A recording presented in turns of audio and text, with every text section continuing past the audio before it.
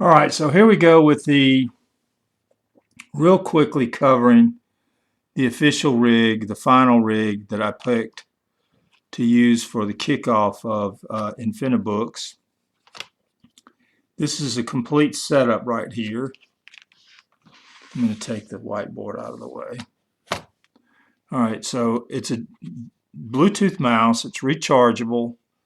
It's sleek. It's not completely flat. Like if I could afford a $55 Microsoft Arc mouse that folds perfectly flat, I would get one of those. But this is very thin, so it doesn't take up a lot of room, but it doesn't ride well in the bag.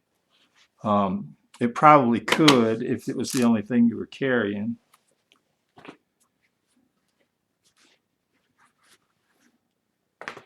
Which is this felt bag right here. So I'll come back to that. So that's the mouse.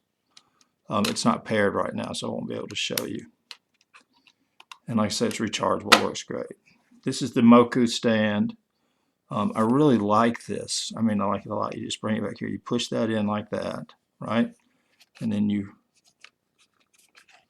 well, I'm sorry. You do this like this, and then you push that out. And it makes a great little stand that'll hold the unit.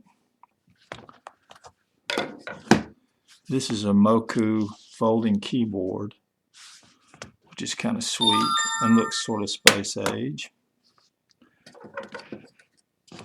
And then the Lenovo T7 tablet inside the case, which I'm going to get the harvest out of the way. I don't really care that you see that, but so you could use it with the stand.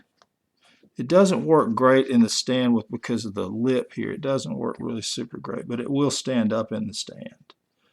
But if you want to, you don't even need the stand. You can just save the money, and you can just take the unit, put it in the case, flip it sideways like this, and I believe these are paired already. So if I hit home, which is function key home, yeah, it works. All right, so the mouse is not paired, but then you just bring up, let's bring up Google Docs. We'll start a new one.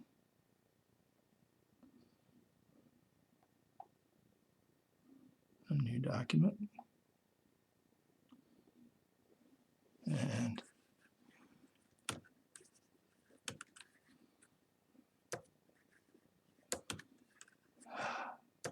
I'm not typing well because of the camera's in the way.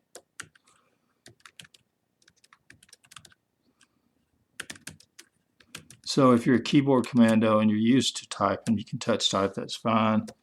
If not, what I recommend you do is, and let's go ahead and turn this keyboard off so that you'll get the on-screen keyboard. Hopefully you get the on-screen keyboard. There we go.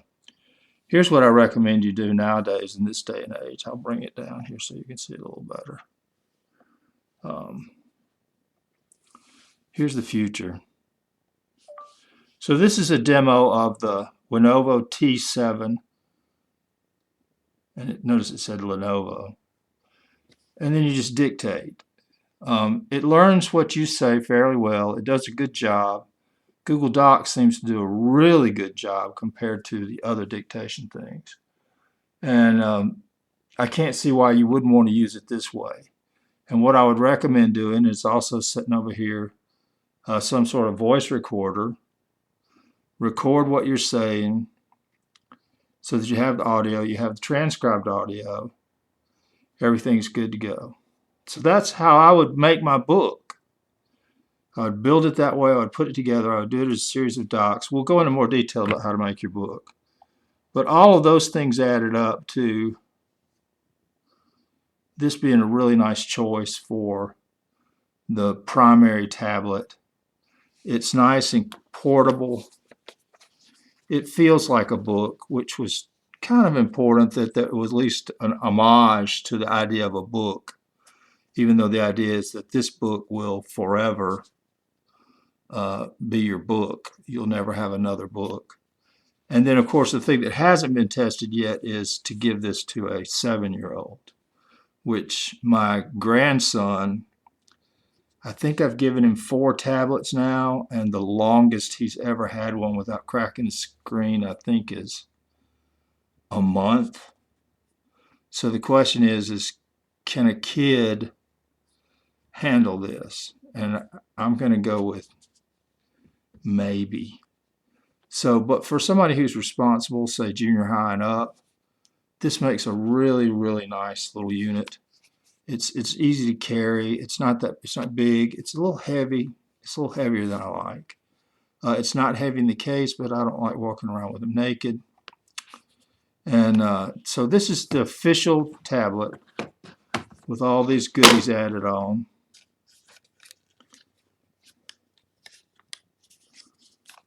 And as you can see, just take this, open up, throw this in here like this, with the wedge, the narrow end first. Throw this in like here, close that up, slip the Mucko stand in the back, and there you go. You just really can't get a nicer little bit than that, a bit of kit. Doesn't take a lot of room to carry. It's handy. It'll do everything. It does not take the greatest pictures in the world. It has a 2-megapixel rear camera. But for inventorying type stuff and just capturing the moment, and then of course throw Adobe Photoshop Express on there and just run it through the clarity filter, and it'll probably buff the picture up a little bit that it'll look better. But for now, this is the recommended kit that you start at, and it's still pretty pricey when you add all the extras in. It gets in the $135 range for everything that you see right there, which is still less than a Samsung Galaxy Tab A, which is it's a very pretty tablet, but there's a lot of things that are annoying about the software. This is just straight Android 9. You only have 16 gigs of ROM, but it's straight Android. It's no bloatware. There's no extra stuff on there. So out of that 16, you start out with about 11 gigs. And you can throw a micro SD card in this, and unlike the Samsung, which will not allow you to format it as internal storage, you can format the SD card as internal storage. So literally you can have 80 gigabytes of space for your applications, etc. All right, so that's it for this video. I hope that you'll join us. We're now officially done with the hardware part. Remember, you can use whatever you want. There's no right or wrong thing to use. If you want to use a Lenovo 8-inch tablet, use it. If you want to use your phone, use it. It doesn't matter. The main thing is go to the website, look at what's going on, start working on your ideas, create your books for the Infinibooks.com website, and get started doing that. And hopefully we will offer an opportunity for you to publish and reach an audience. Remember, we're trying to kill textbooks. They're a waste of money and a waste of trees. So thanks for watching this video.